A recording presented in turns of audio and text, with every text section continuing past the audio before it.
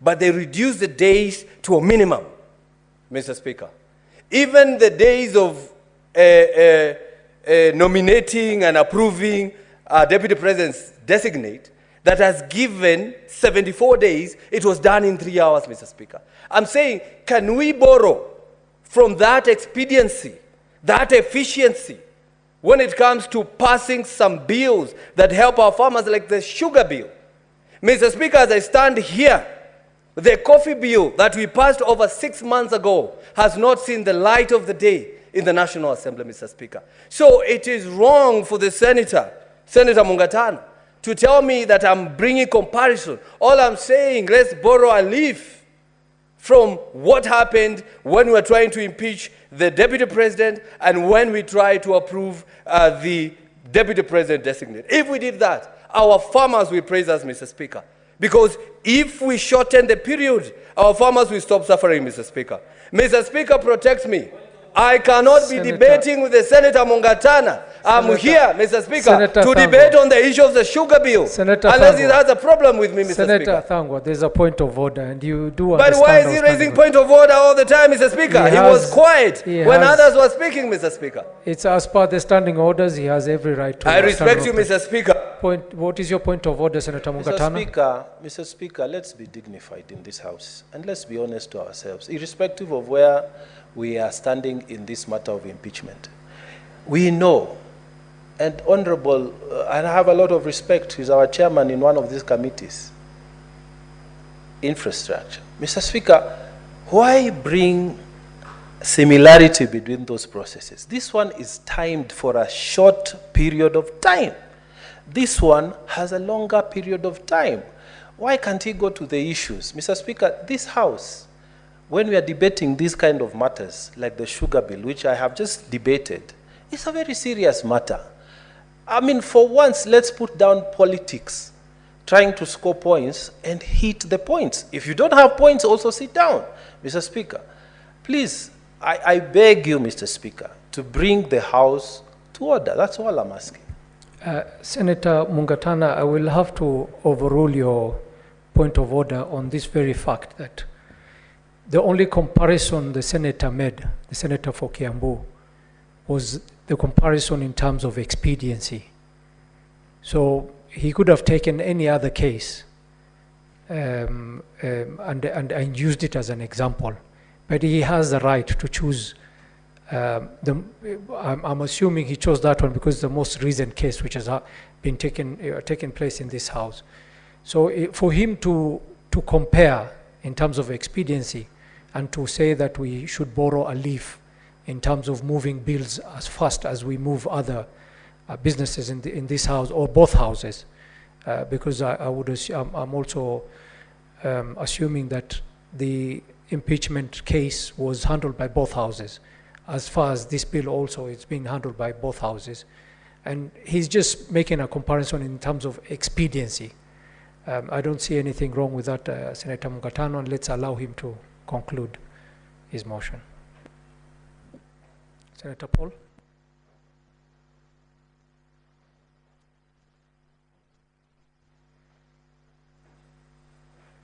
Thank you very much, Mr. Speaker, for protecting me. I think now I'll be very happy when I walk the streets of Nairobi and people say that we look alike. At least now I'll be smiling because you're protecting me. Mr. Speaker, I'm here to say that I support this report. And as I support this report, I support it for only two reasons. Reason number one, it is the reintroduction of Kenya Sugar Board, Mr. Speaker. The Kenya Sugar Board was disbanded years ago. And this is the board that the farmers themselves are able to articulate their issues, are able to manage the sugarcane production, Mr. Speaker. So I can say this is the only reason. But then I was asking myself, as a country, are we over-legislating, Mr. Speaker? Are we prescribing the law too much to the person that they are unable to perform, Mr. Speaker? Because when you say that the farmers must have a cooperative, the farmers must take to a certain miller. What happened with the free market, Mr. Speaker? But then I saw the National Assembly brought a new clause, which I'm going to read here, Mr. Speaker, which made me a little bit happy. The bill be amended by inserting the following new clause immediately after clause 19. A grower may deliver cane outside a sugar cane zone, provided that the grower has a pre-existing agreement with a miller outside the sugar cane. Mr. Speaker, that tells you that the sugarcane grower can take the sugarcane to wherever they want, Mr. Speaker. But the issue of contract is also a problem, Mr. Speaker, because we tell our farmers to take sugar, their produce, to a certain factory, and that factory is collapsing, and this person cannot sell their produce, the hard-earned produce, the one they have really put a lot of input. And then we make sure that, or we compel them to sell to a certain factory that is actually collapsing. That's why our farmers are not really being productive, Mr. Speaker. But then I continued reading, Mr. Speaker, and I found out the National Assembly also brought a new amendment, a new clause that says that the bill be amended by inserting the following new clauses immediately after clause 19. A grower may deliver cane outside a sugarcane catchment area, provided that the grower has no supply agreement with the miller within the sugarcane catchment area than that they are situated in. It is not indebted to a miller or an outgrower institution within the sugarcane catchment area, Mr. Speaker. We are trying to make the market or growing of sugar a little bit of free market, but still, we are somehow, Mr. Speaker, telling the farmer, you cannot do this, you can only do that, Mr. Speaker. Sometimes I look at it and ask myself, if I have a shirt that I want to sell, Mr. Speaker, do I need the government to tell me where to sell it and who to sell it to? Do I need the government to tell me, now you have worn that yellow t-shirt for a long time, now sell it to this other factory or to this other person who would want to wear that shirt, Mr. Speaker? So sometimes, and I think as a Senate, we need to rethink, because we're becoming over-prescriptious, if there's a word like that, Mr. Speaker. Subscribing, telling people what they should do morning, in the afternoon, in the evening, instead of trying to help the people, because we have devolution, for them to manage their own affairs at the county level, Mr. Speaker. And I heard it here. Somebody is even telling us that we should prescribe that the sugarcane tractor should not travel at night, Mr. Speaker. Instead of having civic education to train the drivers, nobody has called for the prescription of the mirror drivers. They drive carelessly on our roads, Mr. Speaker, causing accidents right, left, and center. But somebody is saying, let's tell the sugarcane drivers to drive during the day, Mr. Speaker. Instead of saying, okay, if you're driving at night, you're supposed to have good light. You're supposed to have siren if you have to, Mr. Speaker, but not putting it within the law. Because if we put it within the law, we are giving the law enforcers some moments of getting bribes, and corruption will be enhanced by this, Mr. Speaker. So sometimes we need now to think, because we realize, and I'm saying this, Mr. Speaker, it is an eye-opener. What happened on this floor of this house a few days, it's an eye-opener.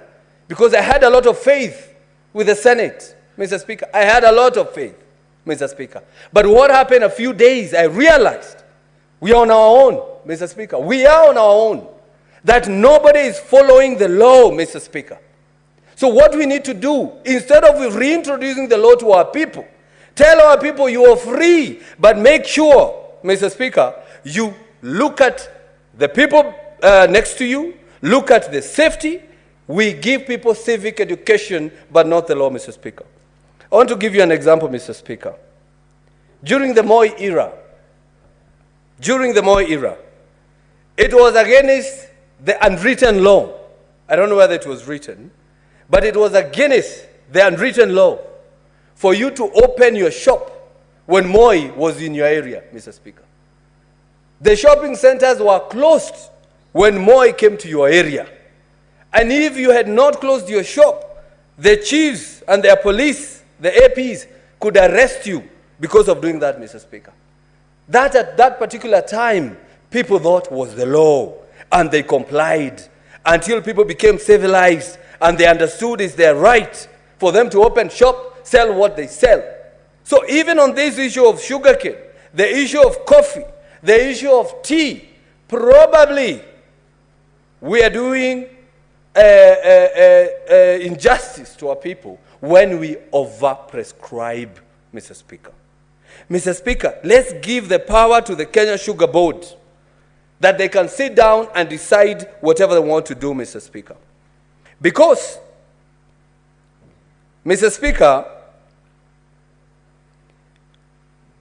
when I look at the bill, 19B, in their new clause, they're saying a miller may enter into a contract of cane supply with another miller.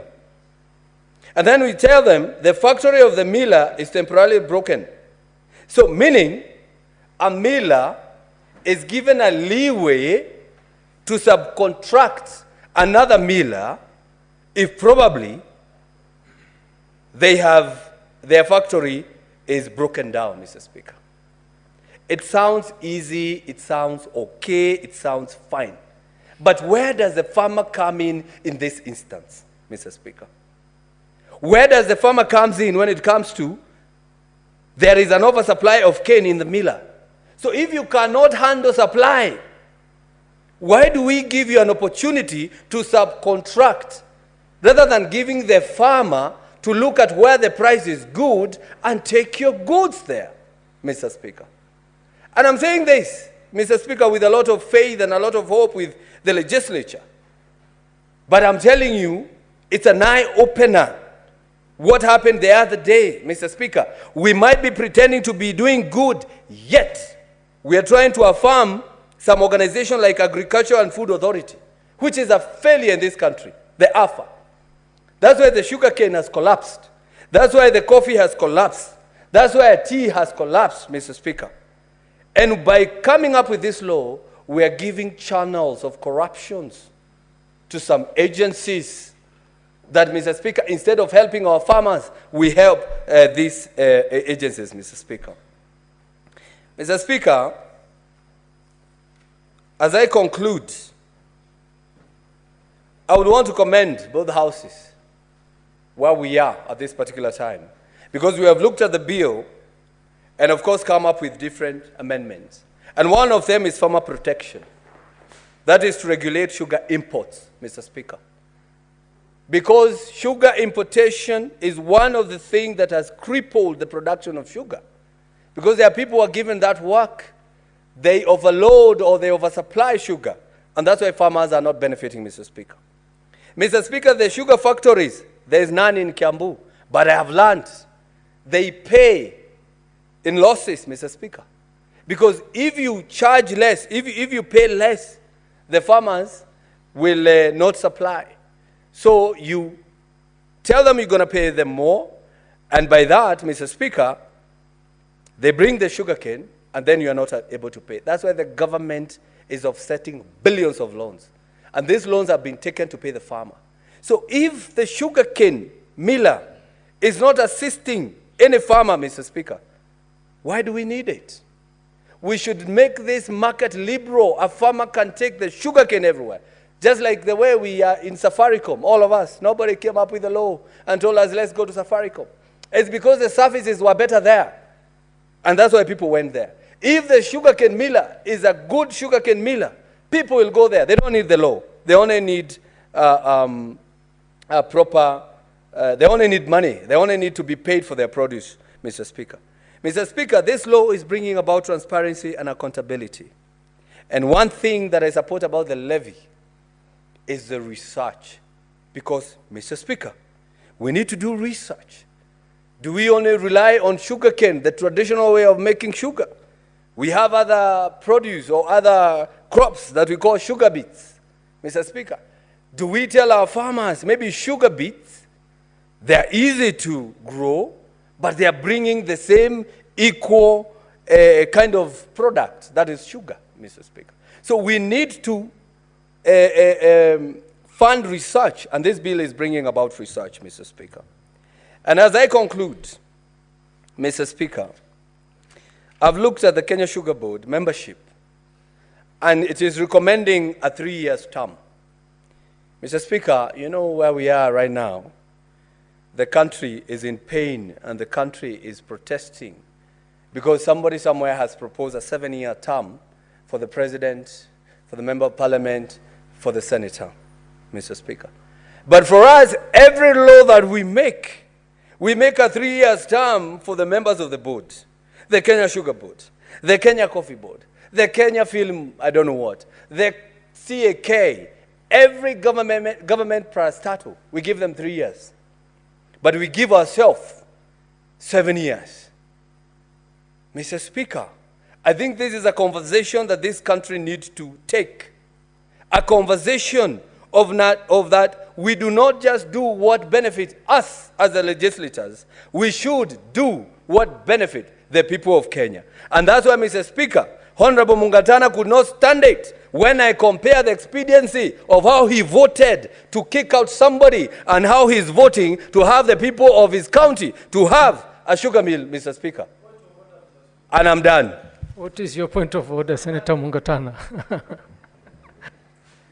Mr. Speaker, I was rising to request the honorable member to observe that the person I voted against was breaking the constitution by discriminating against the people of Tana River, championing for interests from his own region against the specific